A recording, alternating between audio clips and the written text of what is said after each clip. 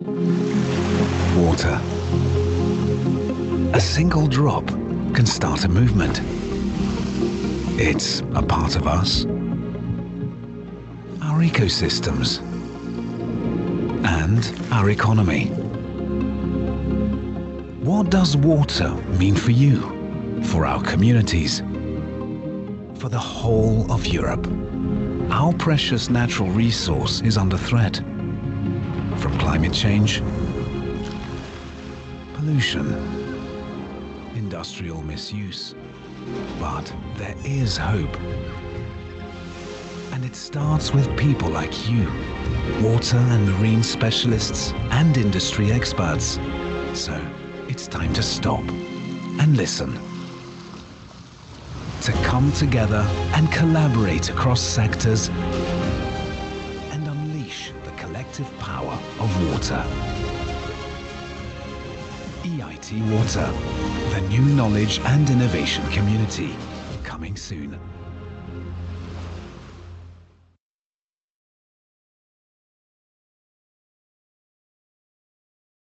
Good morning and welcome everyone to our online information webinar titled Innovating with the EIT and Creating a New Partnership.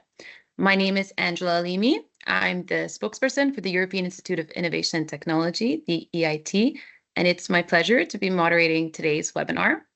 Today's webinar is the first one in a three-part series that we have in anticipation for the call proposals for a new knowledge and innovation community, or KIC, as you will no doubt hear today, for the water, marine, and maritime sectors and ecosystems.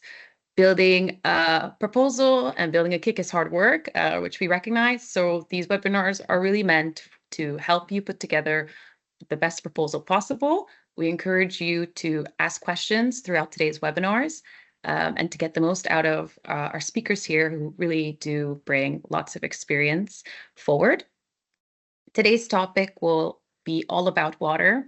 So I think it's important for us to recognize, in light of recent news, the current flooding that's happening throughout Europe, but especially throughout Central and Eastern Europe, the EIT also being located here in Budapest. So our thoughts are with the victims of the recent flooding. We hope that today's webinar will not only bring hope to maybe some of the innovations that can come out of EIT Water, but also shed light on the importance of these critical challenges that we face and how much innovation is needed to solve them. So without further ado, I'm going to introduce you to today's agenda for today.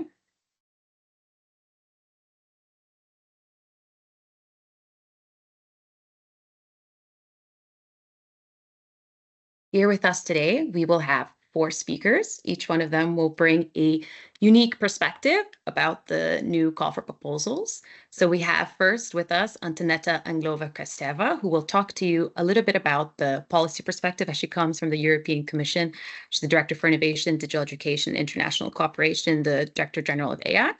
She will set the scene on the importance of this new KIC, what you can expect, and on synergies with other European initiatives. Then we're very happy to welcome with us Kartik Laxman, who's the co-founder of Stockholm Water Technologies.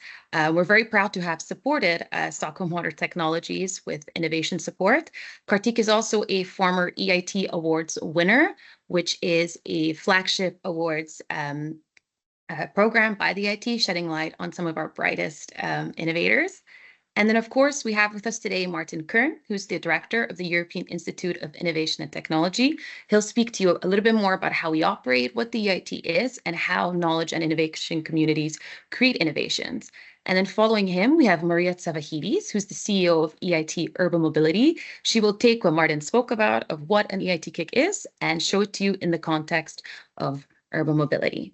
Before we get started, we want to do some housekeeping rules. First and foremost, we're very grateful that you have joined us today. So thank you for being here. As mentioned, we encourage you to ask questions. You will find in the Teams functionality, there's a Q&A function at the top of your screen. Through this box, you can submit your questions, and we encourage you to do so. Once you submit a question, it will either be answered at the end of once the speakers go at the Q&A session. We will directly either answer it today, or it will be directly fed into one of the other 2 webinars that we have coming up. If it's not answered today, or in the webinars, not to worry, we will be publishing a frequently asked questions document on our website under the current call opportunities page, where you will find your questions. So all questions will be answered. Another important aspect for you to know that this is being recorded and that all the slides will be made available on our website directly in the event page. But of course, we encourage you to take notes and of course to ask questions. So without further ado, I'd like to invite our first speaker, Ms. Antonetta Englova-Kristeva, to the virtual screen. Thank you very much, Angela. I hope you can hear me. Let me start first of all by a few words of thanks to the EIT for organizing this first information session on the upcoming knowledge and innovation community on water, marine and maritime sectors and ecosystems. I would like also to thank all participants for their interest and for joining us today. As already announced, you will hear more about the EIT in general, about the operation of the knowledge and innovation communities, about their distinctive and unique features. But I will have the pleasure to say a few things about the wider political context within which this new knowledge and innovation community is being set up. As you probably know, the EIT, together with the EIC, the European Innovation Council, and the European Innovation Ecosystems, is one of the key instruments in Horizon Europe, which drives innovation. And also the KICs operationally are part of the family of the so-called institutionalized partnerships, together with the partnerships under Article 185 and 187 as the joint undertakings. And why I'm saying this, because right now what the Commission is doing, it's preparing its midterm evaluation of the current operation of Horizon Europe. In late August, the Commission published the Innovative Europe study, which is one of the many studies supporting the midterm evaluation. Tomorrow, another report will be published, namely the one on monitoring the European partnerships. It's called Biennial Monitoring Report on European Partnerships under Horizon Europe. These are all very important reports because you can learn more about the performance functioning of the EIT and the KICs, and they, of course, reflect many of their major achievements. I really invite you to look at these reports. These reports will not only feed in the midterm evaluation of the Horizon Europe program, but they will help also the preparations of the next framework program. So a lot of things are on the way. As you know, we have a lot of tools, instruments, and it is hugely important to see how they're functioning, how they perform, what improvements are needed in the future. Setting about the political context, it's important to note that the political guidelines have been already presented in July by the Commission President von der Leyen, and they give very clear indications where the journey will be going next. The President of the Commission has already committed to put research and innovation at the heart of economy, and you're certainly aware that a high importance is attached also to tackling the skills gap.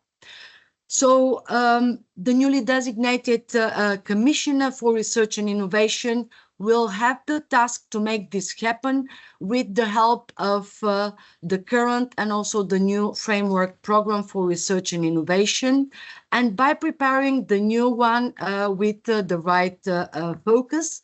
In this context, let me also mention the recently published report of Mario Draghi.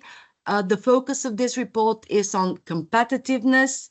Mr. Draghi puts his main focus on productivity, underlining that Europe risks to lag further behind, especially in the tech sector, and therefore it urgently needs to boost productivity.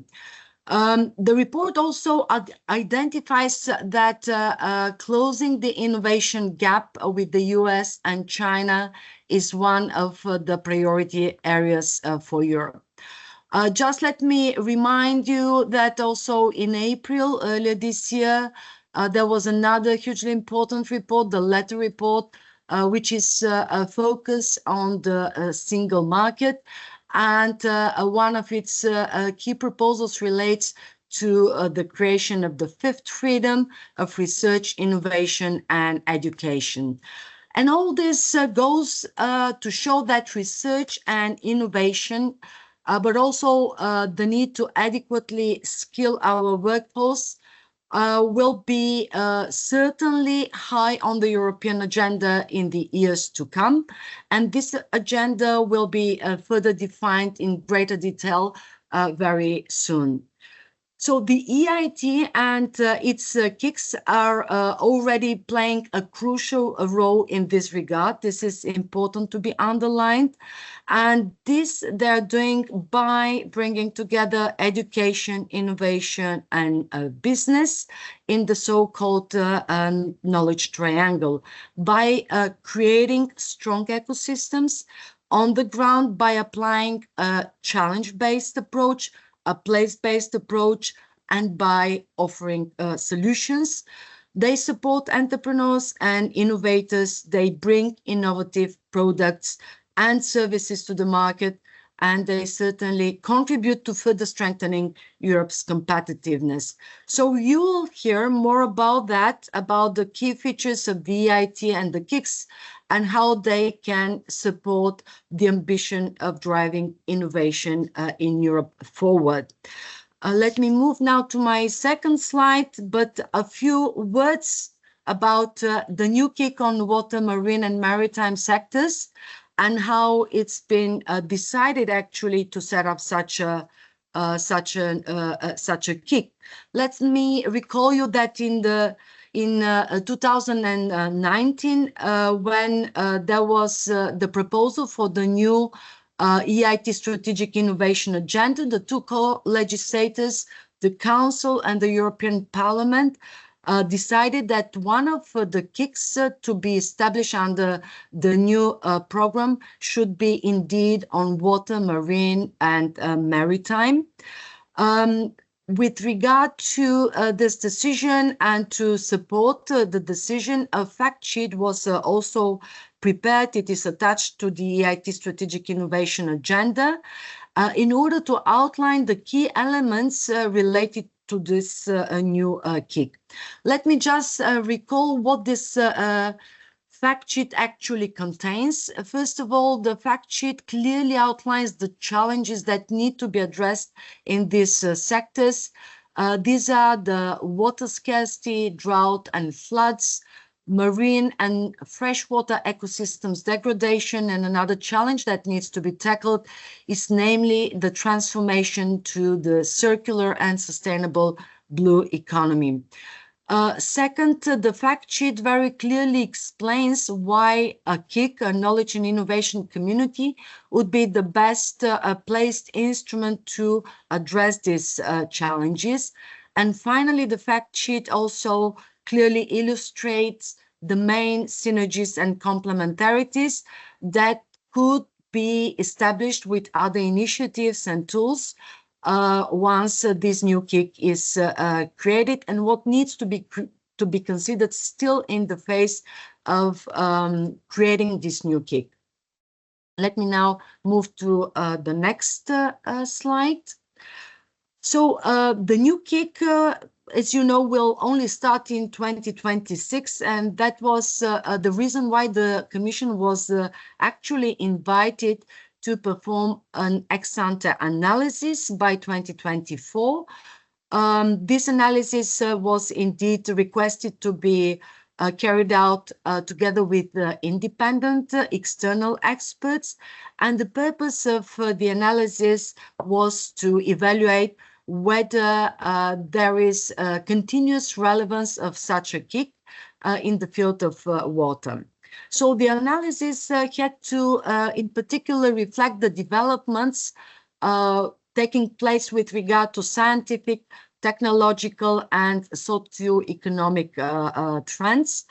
The analysis also had to check to the extent necessary what coherence and alignment this initiative will create with other initiatives that are already existing on the Horizon Europe in particular, but also other policy initiatives. So as a result of this, the Commission carried out such an analysis. This, as I said, was an independent analysis, and on its basis, later on, the Commission produced a Commission staff working document in which it expressed its opinion on the relevance of this new KIC. Let me remind you that both documents were published in late June, and they're available online. So a few words about the ex-ante analysis. Once again, it confirmed that in spite of the efforts that have been made over the past years, despite of the progress, the challenges that have been identified in the fact sheet still persist. It also confirmed that a KIC will be still relevant for tackling these challenges, and that synergies and complementarities with existing initiatives and policies need indeed to be established. With this analysis, as I said, the Commission gave the green light to go ahead with the establishment of the new KIC on water, marine and maritime sectors and ecosystems. And we can move now to my last slide. And just to say a few words as a matter of conclusion, this is indeed to underline once again the importance of creating synergies and complementarities. Cooperation and collaboration among stakeholders are indeed paramount to achieve the objectives which are set for this KIC, but also to deliver tangible results in the field of water. The new KIC's capacity to build synergies and complementarities with other KICs, but also with other instruments under Horizon Europe and with other programs and initiatives will be crucial. As far as other KICs are concerned, in principle, strong cooperation between KICs already exists in various fields, and I'm sure that you will hear more about that from the other speakers later on. I'm sure that also there will be plenty of opportunities for the water KIC to cooperate with already existing ones, because it is clear that a lot of links can be created when it comes to water and other topics related to climate, agriculture, food, mobility, energy, digitalization, and so on and so forth, in areas in which already KICs are operational. Within Horizon Europe, collaboration with the other innovation instruments, as I already said, will be of paramount importance, certainly with the European Innovation Council, but also with the European missions and partnerships. And this is something for which the Commission, of course, will be actively pushing. Let me also mention in particular the mission Restore Our Oceans and Waters by 2030. It will be highly important to establish links with this mission. Like the Future Water KIC, the mission covers both the freshwater and marine and maritime dimension. So covering all aspects of water is indeed essential for the new KIC to effectively address interconnection aspects. Similarly, the European partnerships, and again, allow me just very briefly to mention some of the existing partnerships which will be relevant for the water KIC, namely the Sustainable Blue Economy Partnership, the Biodiversity Partnership, the Water for All Partnership, and the Partnership for Research and Innovation in the Mediterranean area. All synergies and complementarities will be shaped in full alignment with the relevant EU policy frameworks, such as the Water Framework Directive and the Marine Strategy Framework Directive, and of course against the broader backdrop of the European Green Deal, as well as the UN Sustainable Development Goals. So I strongly believe that the new Water KIC, in collaboration with all relevant partners, has the potential to significantly contribute to innovation, to boosting innovation and entrepreneurship in the field of water. I encourage you all to create a strong consortia which will have a real impact for all related dimensions in and beyond Europe. I thank you for your interest in this important initiative. And of course, I wish you good luck should you decide to embark on this very exciting journey. Thank you very much. And of course, I wish you very interesting exchanges during this information session. Thank you. Thank you very much, Antonetta, for also joining us and giving this very important background. So next with us, next in the lineup, we have Katik Laxman, who is the co-founder of Stockholm Water Technologies. Katik, you have a little bit less than 10 minutes to introduce us to the field that you work in. Thank you so much. So firstly, great to be here. I think I was so excited when this new KIC for water was announced. Very brief introduction to myself. I am an engineer by profession. I used to work with the Indian Air Force in defense avionics. And I have been working in water from 2011 onwards after doing my master's and PhD in water treatment. So when we as innovators, we look at water, we look at water as an inheritance and not just a resource, because the water has on this planet has been the same from the very beginning of its, from when the planet came into existence, right? And it's all about how we manage this inheritance so that the future generations do not have to worry about it. And the water sector is basically working in two parts: the salt water, which is the oceans and the seas, and the fresh water, which is the lakes, rivers, groundwater. And we, as a company, are basically working in the freshwater side. That is, we work on water that is already being used within the society today. So if you're looking at trying to build sustainability in water treatment, it basically encompasses 4 different principles, right? Because that is more or less the key to ensuring a secure water future. The first part is about reducing wastage. And this is where you have a lot of innovations towards detecting leaks in the pipes. Now, this might sound like a small thing, but a lot of water is lost because the pipes that are transporting water within the cities are very old. And because they're underground, you cannot really detect where the leakages. And in some countries where I come from, you can lose up to 30–40% of water just by leakage.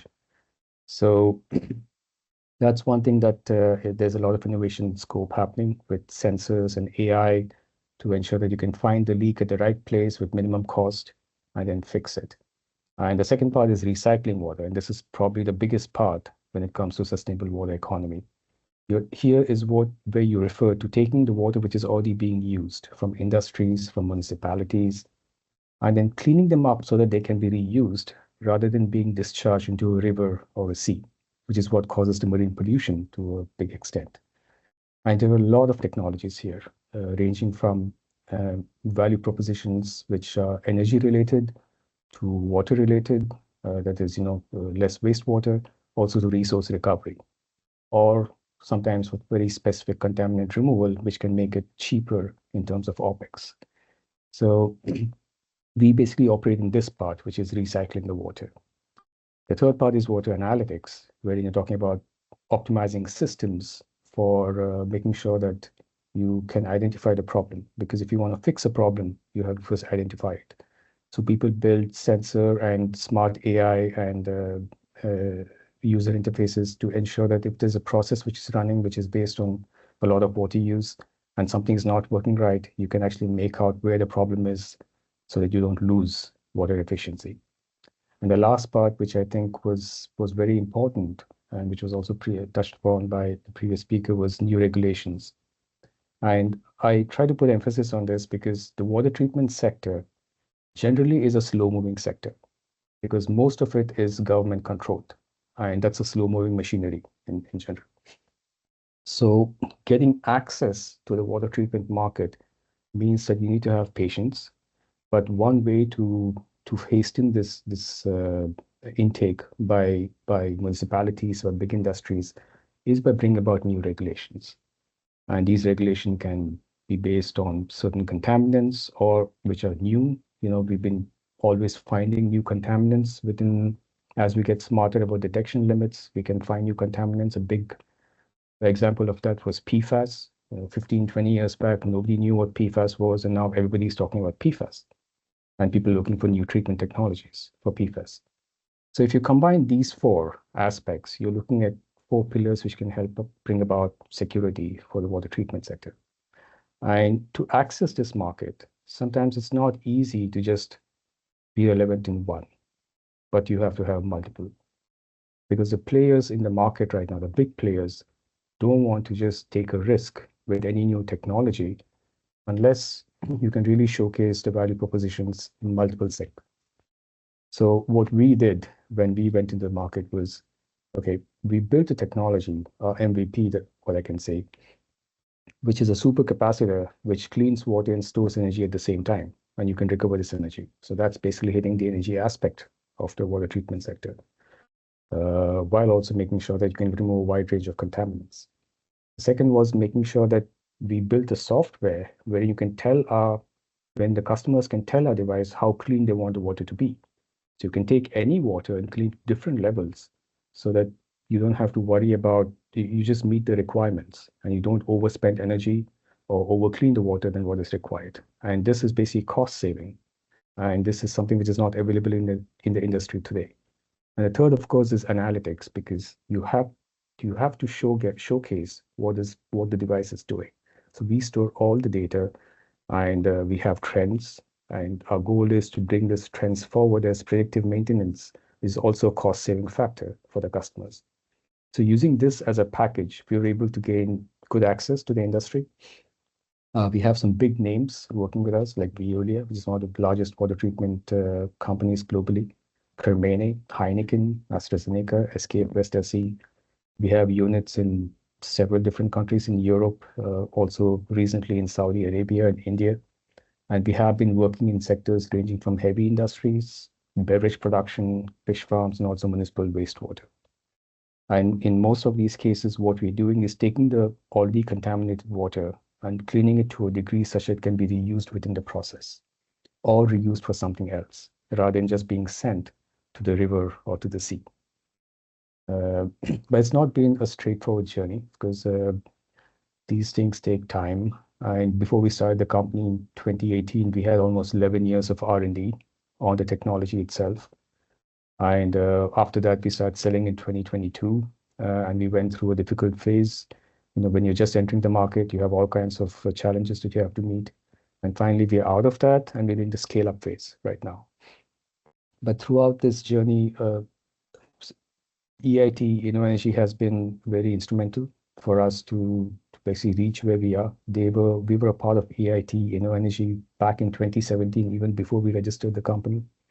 So when I look at how exactly a new kick can help companies like us to prosper in this market, which has a higher cliff to get into, and I would say this basically boils down to 3 or 4 things, which is, we were able to get support very early on during the MVP development phase, with regular funding and also building a structure of the company, like legal advice, then team building, business development practices, those kind of things. Going forward, when almost all companies like us hit this valley of debt curve, that's where you need financing as one of the key aspects. And that's where InnoEnergy was really helpful in bringing together all the network for financing, and also helping us to market ourselves. So putting us on the platform in several events so that people know who we are and they're then interested with us. And now that we are out of this valley of debt and we're in the scale-up phase, I think this is something which a new kick can be very, very helpful in. business development within this sector. What EIT InnoEnergy did was they built up business development offices in various parts of Europe, and each of these offices basically pushed the technology to the customers within their respective regions. And they're very effective at doing this. In fact, some of the biggest customers that we have today are because of these business development teams with EIT InnoEnergy.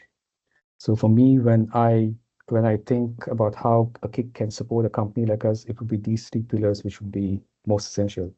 And I'm really looking forward to the start of the KIC in water. So thank you very much. Thank you very much, Kartik. And Kartik's going to stay with us, of course, for the Q&A session. So we'll get back to you then for now. But we're, of course, very proud to have supported your growth. And thank you for illustrating it to us just how we did so. So thank you. Thank you.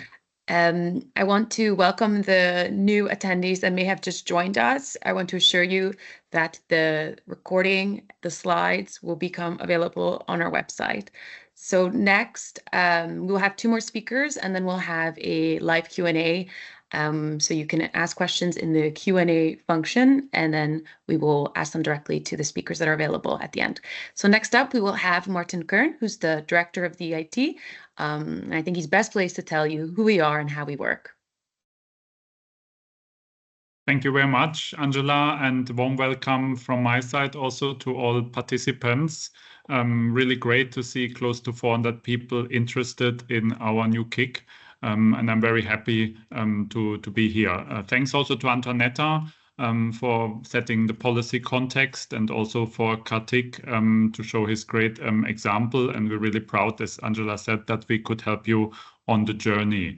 So the purpose of my initial introduction is really to set the scene, to see if such a KIC would be interesting for you to participate in and to be part of the proposal. But first of all, a view on the sector. The sector water is really essential for sustaining life on Earth. I don't think that's an exaggeration. It's one of our most precious natural resources, and one that is under imminent threat from many areas.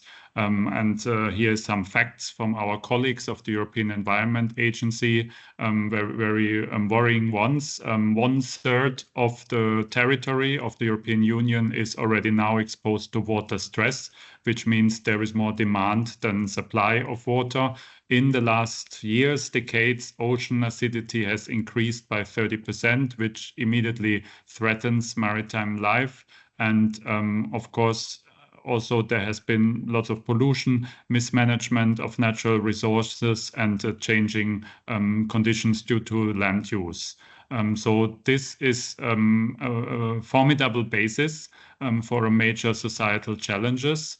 And that is something the EIT has been created to address. Moreover, the sector is very diverse. It is very fragmented, both across Europe, but often also within the different subsectors of water, marine, and maritime. And this is the principle for the EIT to come in and to address, because our model is created to overcome this fragmentation and connect it. So how does that work?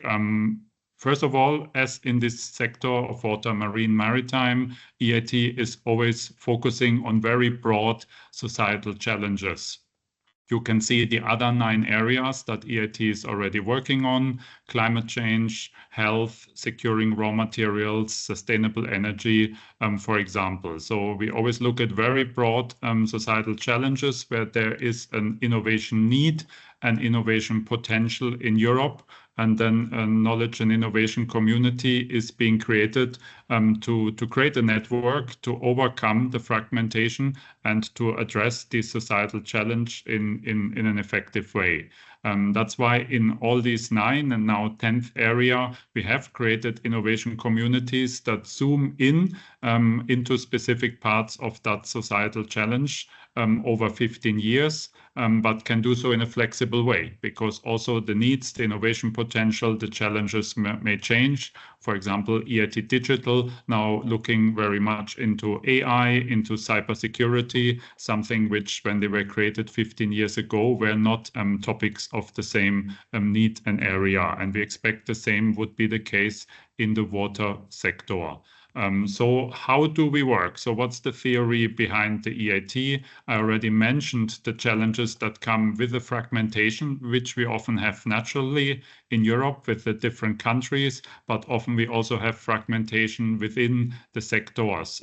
So lack of cooperation between education sector, between businesses, and between research. So that's at the very heart of what the EIT does. The knowledge triangle that you see here, and it is the EIT's job and the knowledge and innovation communities to bring solution. That does not mean we work within research, within business, or within innovation in an isolated way, but really at the intersection of these areas. And I think this is key for having an understanding what a knowledge and innovation community is about and what can it achieve. So we want to overcome silos and create linkages that then translate into new innovations, product, services, great companies like the one of KICs that can make a difference and bring the sector forward. So what do these knowledge innovation communities do then precisely? So in the ecosystem that is being created, and it's always the key to have this powerful pan-European ecosystem, they essentially all do three types of activities. The first one relates to skills. So entrepreneurship skills, technology skills, and the combination of them so that the talents in the sector are well equipped to address the challenges. Secondly, innovations themselves. So cooperation between the different partners, between the universities, the research organization, the businesses, and any other partner which is relevant in the sector to together bring out innovations, concrete solutions to the challenges that are being faced, and helping entrepreneurship to grow, helping students, but anyone who wants to turn their idea into a business to get the right support, can be financial support, but can be any other type of support to turn that into a business. So these are the three activity areas, and if you feel this is what you're about, this is what your partners or organizations are about, this KIC in the water field will be the right place to make a difference and be for you. So what are the success factors? So what would such a proposal, a consortium, a future knowledge and innovation community have to offer to be selected and to become a KIC? So first of all, it's the strength of the ecosystem. It's to have excellent right partners that are diverse geographically, but of course also across the knowledge triangle, and that can work together in an open, creative way to bring solutions. That's the absolute first and probably most important success factor for any KIC. Secondly, that within that partnership, you have a culture of entrepreneurship. So there is a business mindset. It's about solving problems. It's about working together across different countries on a European, international, even global level. So an entrepreneurship culture is the second one. The third one is to have a strategy, to have a long-term vision, to have a long-term strategy on how transformation in the sector can happen. We ask for strategic agendas, and of course they are designed for 7 to 15 years. That does not mean they're totally rigid, because focus areas, priorities can change, but there should be a very clear focus within that quite broad societal challenge on what can be achieved with this KIC. And of course, success is measured against that strategy. Fourthly, sustainability, and in particular financial sustainability. EIT unique feature is that there is an objective for such a partnership over time to become financially sustainable, to manage its activities without the EIT funding, meaning the KIC as a whole must have a portfolio of activities that attract other private and public funding. Certainly my colleagues in the future sessions, future 2 info sessions will go deeper into this. Then fifthly, it's to give funding result-based. So the EIT's governing board, who allocates funding to the 10 knowledge and innovation community, will give higher funding, more funding where there is more success, where there is more impact, where there is more results. This keeps everyone focused on achieving impact and focus on on activities that make a difference. And we also measure finally and assess and evaluate that impact, not only to inform the funding decisions, but also to learn, to create knowledge about the sector, about what works and what doesn't. And in 15 years, the EIT model has matured, and we quite know how in those areas and within this model we can deliver. So a new kick on water will not come into a blank space, but will get the full support and knowledge that has been accumulated at the EIT. So these are the key success factors. Where is the EIT? EIT as such, and each knowledge innovation community is a decentralized network all across Europe. You can see that there is a huge geographical coverage through our 70 hubs. You'll probably find one in your vicinity if you're based in Europe and may want to visit that or get information on how a KIC works on the ground. And that's, of course, a key strength, that the EIT is connected and has its foot on the ground and can be approached by the different stakeholders in the country. We are part of Horizon Europe. The current budget up to 27 is 3 billion euros. And we are proud of what we have achieved. It's not only the network that has been created, the 70 hubs that I just show, not only the over 2,400 partners, half of them from business, that work together, but what comes out of it. So we have already launched close to 2,500 innovative products and services across the different KICs, trained, skilled over 3,500 people, and supported close to 10,000 ventures. And not only help them, support them through our knowledge and innovation communities, but also with impressive results. Several unicorns have come out of this, and the entity or the entire amount of the startups companies that we have supported is valued at 71 billion euros right now. And these companies have attracted 9.5 billion euros of investment. So we're really looking at companies, at innovations that can transform, that can make a major impact on the sector. Also important to say what EIT not is about. So EIT is not about to finance research as such or to finance studies, but it's really to turn research into concrete product services, startups, and help them to grow and to succeed. I will end with a timeline. So this is where we are after the green light from the European Commission in June, which Antoinetta mentioned. We now have the series of webinars, info sessions to tell you what the KIC and what it is all about. If you're interested, we will launch the call very early next year. If all goes well, it will run until the middle of the year, when we will close it and then have experts and our governing board finally assessing and making a final decision on which consortium would be designated as EIT Water.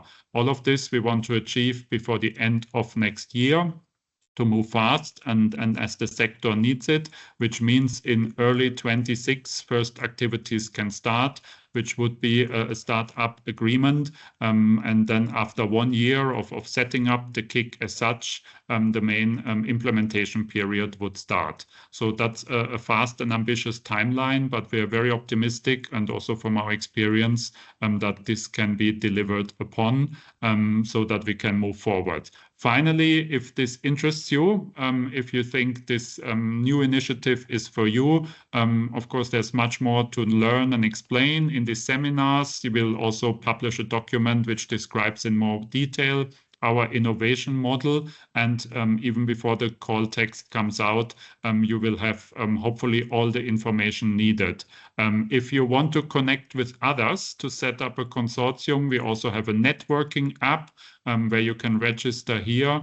And of course, we encourage you to stay updated on the EIT, on our website and social media. So we look forward to see a lot of great proposals and partnerships that respond to our call, and very soon to be able to designate EIT Water.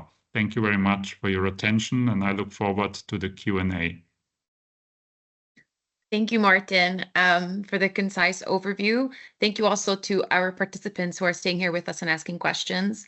Before we have the Q&A, we will have our last speaker, Ms. Maria Tsavahidis, who is the CEO of EIT Urban Mobility. And as mentioned, we were very lucky because she had a big part to play in how EIT Urban Mobility came to be.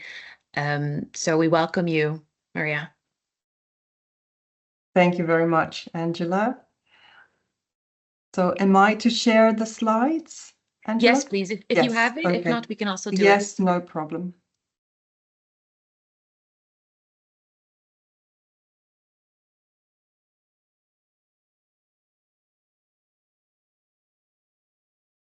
Okay, I hope you all see the presentation now. So yes, we see it. Good morning from my end. So yes, I think you already know that a kick is an exciting journey, probably, and you're putting yourselves forward to create a new kick, or at least you're considering to do it. And if you are successful with your proposal, you will create a new knowledge and innovation community and you will run it. So 6 years ago, around the same time, I was together with my colleagues at the proposal team preparing our pitch in front of, amongst others, Martin, who just presented, and the governing board of EIT. And now 6 years forward, we went from that small team to now being the leading and largest ecosystem on urban mobility in Europe. And a lot has happened since, and I can only share a little glimpse and some flashlights of the journey that we've went through and how we have implemented the EIT model that Martin just presented, and make it maybe tiny bit more tangible in terms of the context of urban mobility, and you will be able to transfer that, I think, very easily to the context of water. So our mission at EIT Urban Mobility is to accelerate the transition towards sustainable mobility and livable cities. And while the urgency of this challenge was clear to us and also the experts, it was not so in the public eye and politically either when we started out. And the IPCC report in 2021 and the message that it contained, that then really created more traction around mitigating climate change, supporting cities on their way to net zero. And so the mission, while it stayed exactly the same since then, the awareness for the problem has really increased. And I do think that with water, we will see a similar trajectory regarding civil awareness and also political awareness. So it will for sure be an exciting journey.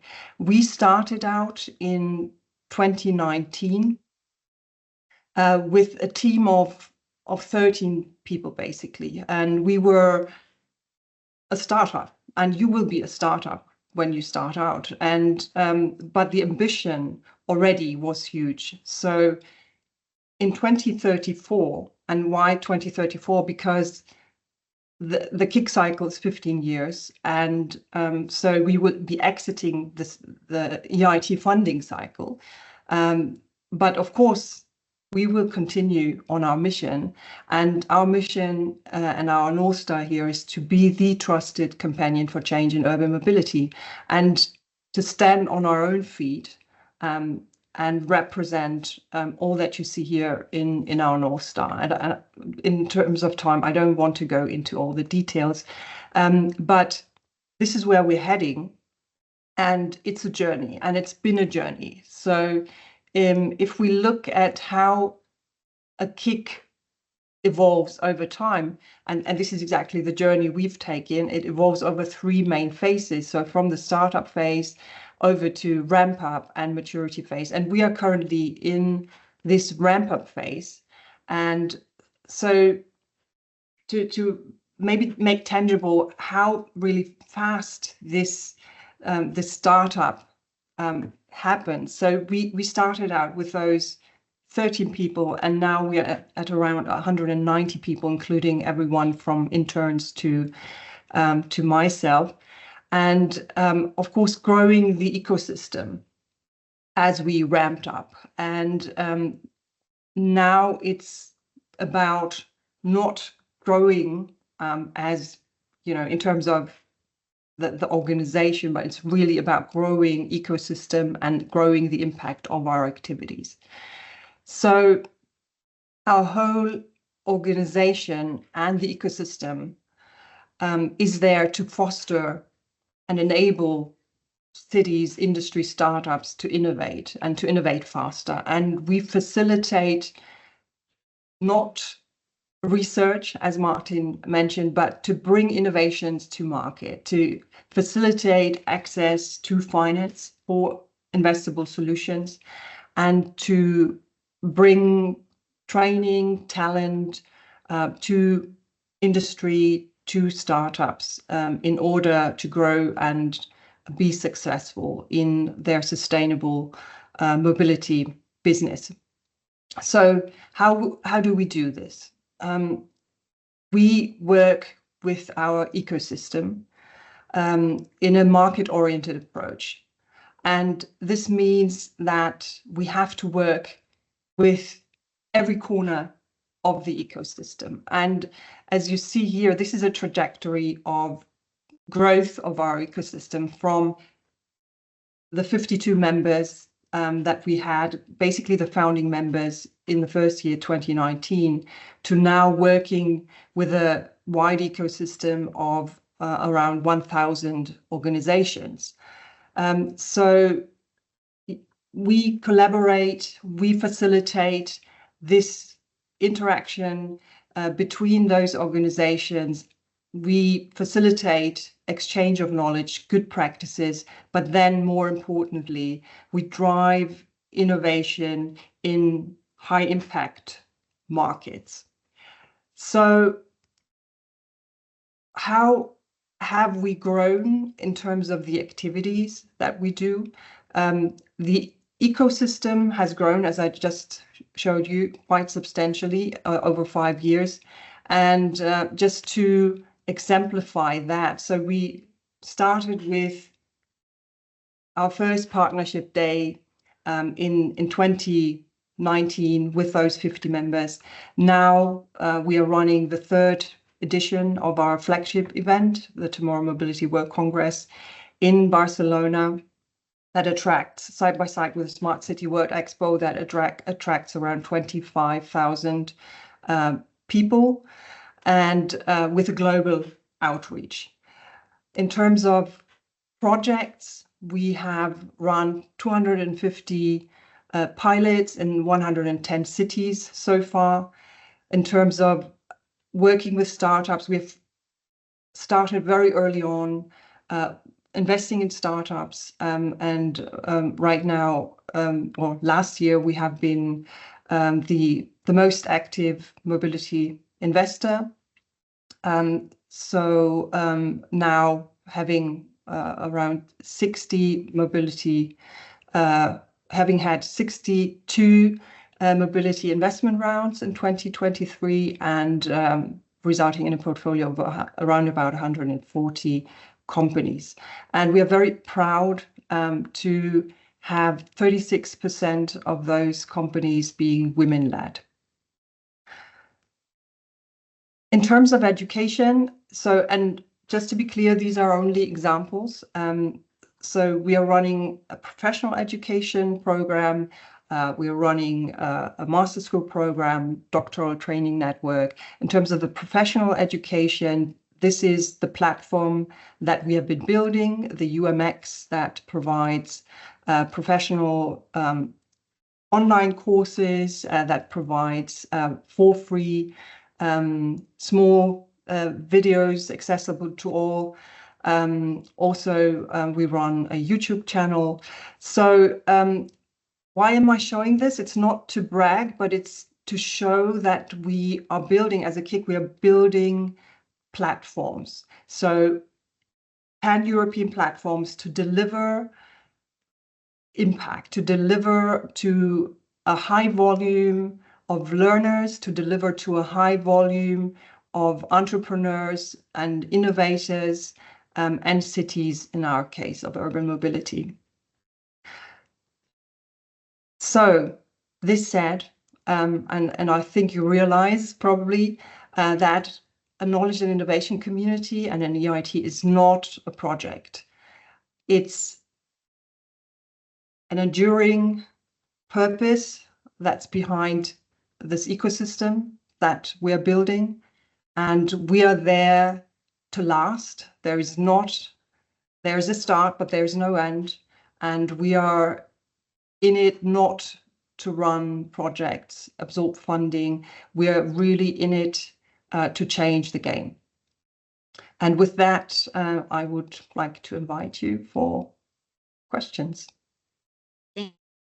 Thank you so much, Maria. So next, we only have 5 minutes, and we're very much in the business of staying on time. So I would just like to ask our speakers, Martin, Kartik, and Maria, to be as concise as possible. Thank you for the questions, everyone. So first, I'll come to you, Martin. Some people are asking about eligibility. Can certain types of organizations be involved from certain types of countries? Do you want to address that? Yeah, thanks a lot. More information will come in the future sessions and in the call text, but generally, of course, the main target group are organizations from education, research, and business, but depending on the societal challenge, and I think Maria illustrated that very well, of course, it can be other stakeholders, public authorities, NGOs, for example. Also important to say, we start typically with 50 in such a partnership, and then it will expand over time. Thank you. And next, first, my question is to Kartik, and maybe Maria, you can supplement it. So the question is, how can entrepreneurs and young researchers get involved in EIT activities? Kartik, how did you get involved in EIT Energy? How were they able to find you? It was actually quite interesting. We were actually a part of KTH Innovation because we are a spin-off from KTH University. Yeah. And one of the members of KTH Innovation was working part-time at InnoEnergy. So he said, you guys are a perfect fit for InnoEnergy, so please come and get into this ecosystem and see, because I think it would be much better. So I would say that we were lucky because we were new to Sweden. We didn't know the ecosystem. It was just like 1 year since I had moved to Sweden. But for people who are here within the ecosystem, I think there's a lot of advertising going on, and you should definitely be able to find this EIT KIC ecosystem. Very good. If you just look around. Really showing how important all 3 aspects of the knowledge triangle is. And Maria, in your experience, how does EIT Urban Mobility find their entrepreneurs or young researchers? That has not been a problem at all, because so we are an ecosystem. So that is, there are other partners who will indicate, okay, here's an interesting startup that you should be looking at, or even in our innovation activities, consortia are proposing activities to us that already, bring in an exciting new startup with it, to work with the city or to work with a larger corporate. So it's scouting from the ecosystem, but then also over time, I think we've built visibility and a position in the space that now we get a very, very good response to our calls. So it's not been a big issue, really. And maybe, Kartik, you can speak to this once you're involved. Are you still involved in EIT Energy? You stay connected to their partnerships? Very much, in fact. Yeah. So we are very much involved. They are part of our board right now, and one of our largest shareholders also, EIT Energy. So I would say that we don't want to let this relationship go, because we've benefited a lot from this. Wonderful. And next, Martin, our question for you is about the budget that's available, and also a question on how many proposals will be funded. Thanks a lot. The second one is more straightforward. There will only be one proposal designated as the KIC. Of course, we hope for a good competition, but as the proposals are relatively large, we also typically don't have more than 3 to 5 proposals in such a call. So it's quite an ambition to put together such a partnership. So that's why this networking up is also such an opportunity for individuals who don't yet are part of that. About the budget, that's distributed over the 7 to 15 years. So we cannot anticipate the budget that will go to EIT Water. As I indicated, the governing board allocates the budget result and impact based. So the more success there will be, the faster such an innovation community will be set up, then the more budget will go there. Historically, innovation communities have received around 500 to 700 million euros over the 15 years. That's the case for the first 3, which are already now sustainable and continue their activities. So that's the range we are talking about. Thank you. And maybe a question, Kartik, for you is, according to you, somebody who works in this in the field of water, what is the most important action a KIC can do for a startup company? I would say specifically to water and relating to us, it was helping us to create this network with big organizations, big companies who would typically not talk to a startup. That's, without having somebody in between. So what Martin suggested, what Maria said, the network aspect that they build between the corporates, the universities, the government, and the startups, that's very, very important for us to actually start moving into the market. And that has been the one of the big things that has helped us with the EIT. Okay, wonderful. Unfortunately, this is all the time that we have for questions, as we don't want to keep you beyond the 11:30 mark. But I do see that a lot of the questions, so thank you first and foremost to our speakers for joining us today. I hope all our participants found this useful. If you just bear with us for 2 more minutes, I will let you know what will happen with the remaining questions and with the remaining webinars. So very soon, as I mentioned, all the questions will be answered. I see a lot on financial sustainability, governance of the KICs. These will definitely be directly answered with the experts that we have here in the KICs in our next 2 webinars. As you see, it will be on the 25th of September, which will talk about the EIT key activities. This will really go into the types of support we offer, concrete examples, what you can expect, impact, how we measure it. The second one is called the nuts and bolts, the third one, of a financially sustainable innovation ecosystem, which will happen on the 2nd of October. This one, we will talk about the EIT governance model, how we work together with private and public actors, how KICs become financially sustainable over time, and how do we measure that. So again, lots of important information. Please do register for these webinars to get the link, and please do stay tuned. A couple shortly days afterwards, this recording will become available. And as I mentioned, some of the questions that were not addressed here and were not going to be addressed, we will publish a document called Frequently Answered Questions, which they will be addressed. So thank you very much again for being here with us, for your active participation, and also to our speakers for being involved. And we look forward to welcoming you to our second webinar. Have a good afternoon. Bye-bye. Bye-bye.